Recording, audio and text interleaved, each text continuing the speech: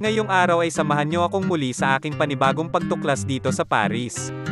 Pupuntahan natin ang Museum d'Orsay at ang kilalang Versailles Palace sa araw na ito. Sa hindi inaasahang pagkakataon, tayo ay napadpad, isa sa mga filmed locations ng Emily in Paris. Alam nyo ba na ang St. Michael Fountain ay itinayo noong 1860 na dinisenyo ni Gabriel David. Ang orihinal na statue nito ay para kay Napoleon Bonaparte, ngunit inalmahan ito ng kanyang mga katunggali o kritisismo, kung kaya't pinagkaisahan na palitan ito ng imahe ni St. Michael na may dalawang dragon na nagbubuga ng tubig na sumisimbolo sa apat na classical cardinal virtues. Sobrang nakakatuwa lang. Ang saya talaga. Kasi napunta kayo sa mga film locations ng Emily in Paris. Ngayon, pumunta naman tayo ng Notre Dame. So, magkalapit lang sila. Paglabas mo ng metro, yun agad ang bumungad sa'yo. Then, konting lakad lang, ito na yung Notre Dame. Sa di inaasahang pagkakataon, ang naturang katedral ay sumasailalim sa konstruksyon, metatenda na ito ay nasunog noong taong 2011.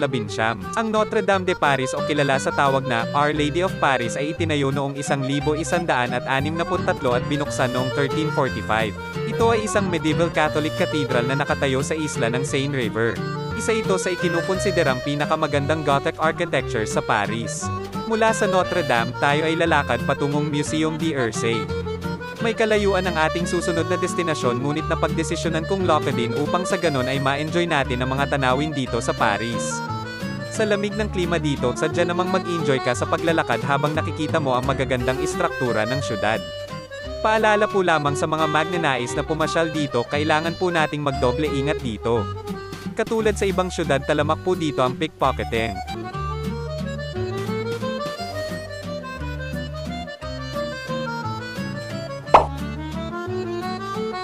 Matapos ang humigit 30 minuto ay narating natin ang naturang museum. Ang Museum d'Orsay ay kilala bilang isa sa mga naglalaman ng madaming uri ng arts, katulad ng paintings nila Monet, Manet, Pissarro, Morisot at Renoir. Kada unang linggo ng buwan ay libre ang pagpasok dito, ngunit kailangan mo ng reservation online upang makapasok ng libre dito. Paalala po lamang, mas mainam na agahan ang pagpunta dito sapagkat napakahaba ng pila bago makapasok sa nasabing gusali. Atin tanghayang ang ilang sa mga paintings and sculptures na umagaw ng aking atensyon. Sa hindi ko maipaliwanag na dahilan, sadyang nakakabilib ang husay ng mga pintor at iskultor sapagkat ang lawak ng kanilang kaisipan upang maipakita sa atin ang kanilang mga likha.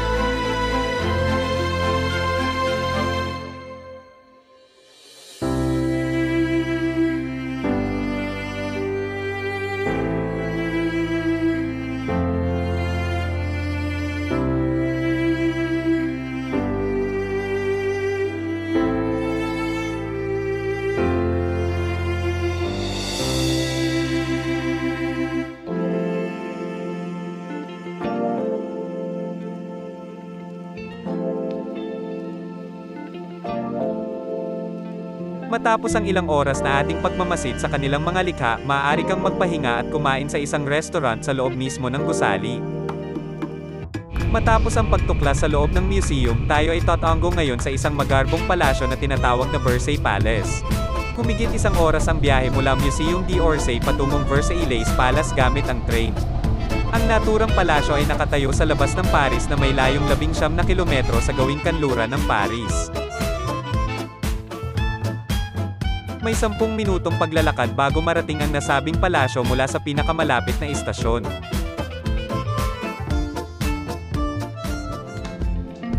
Alam nyo ba na ang palasyong ito ay nagsimula lamang sa isang hunting pavilion na pinatayo ni Louis XIII at pinalawak ng kanyang anak na si Louis XIV noong ipinatayo niya ang korte at gobyerno noong taong 1862.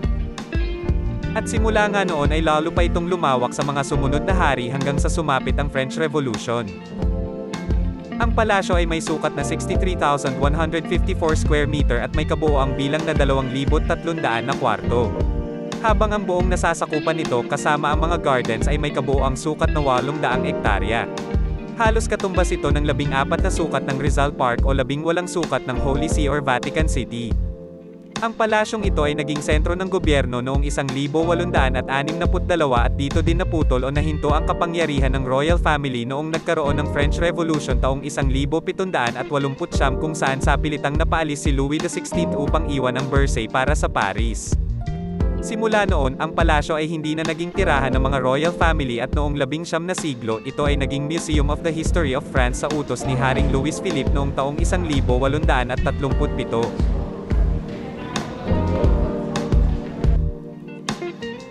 At simula nga noong taong iyon, ang palasyo ay naging tahanan na ng iba't ibang uri ng paintings at sculptures na sumisimbolo sa mahahalagang kasaysayan ng France.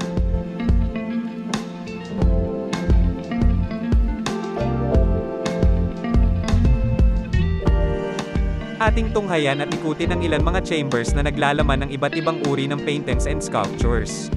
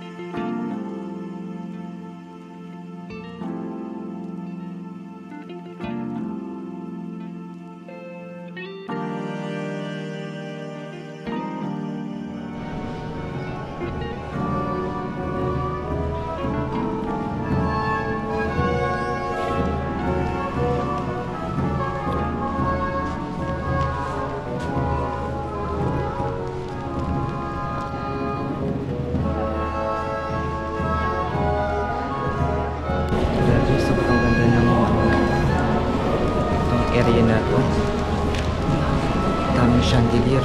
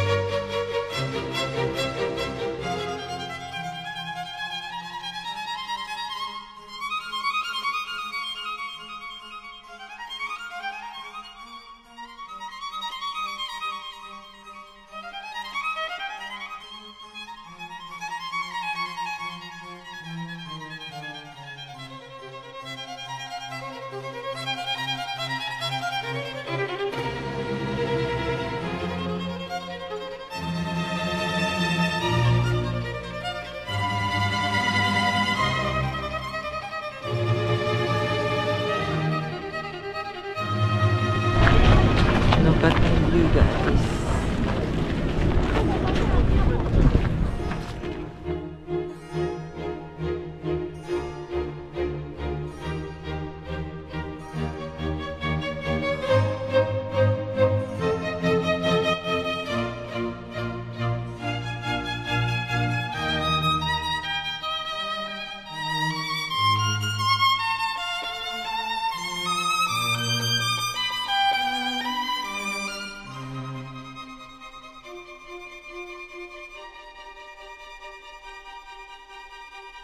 Grabe, I can't imagine yung loob ng palace. Grabe, sobrang ganda.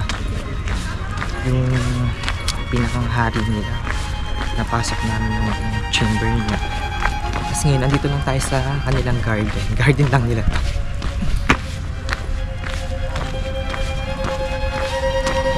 Hanggang sa muli nating pagkikita, abangan ang susunod nating pagtuklas. Salamat!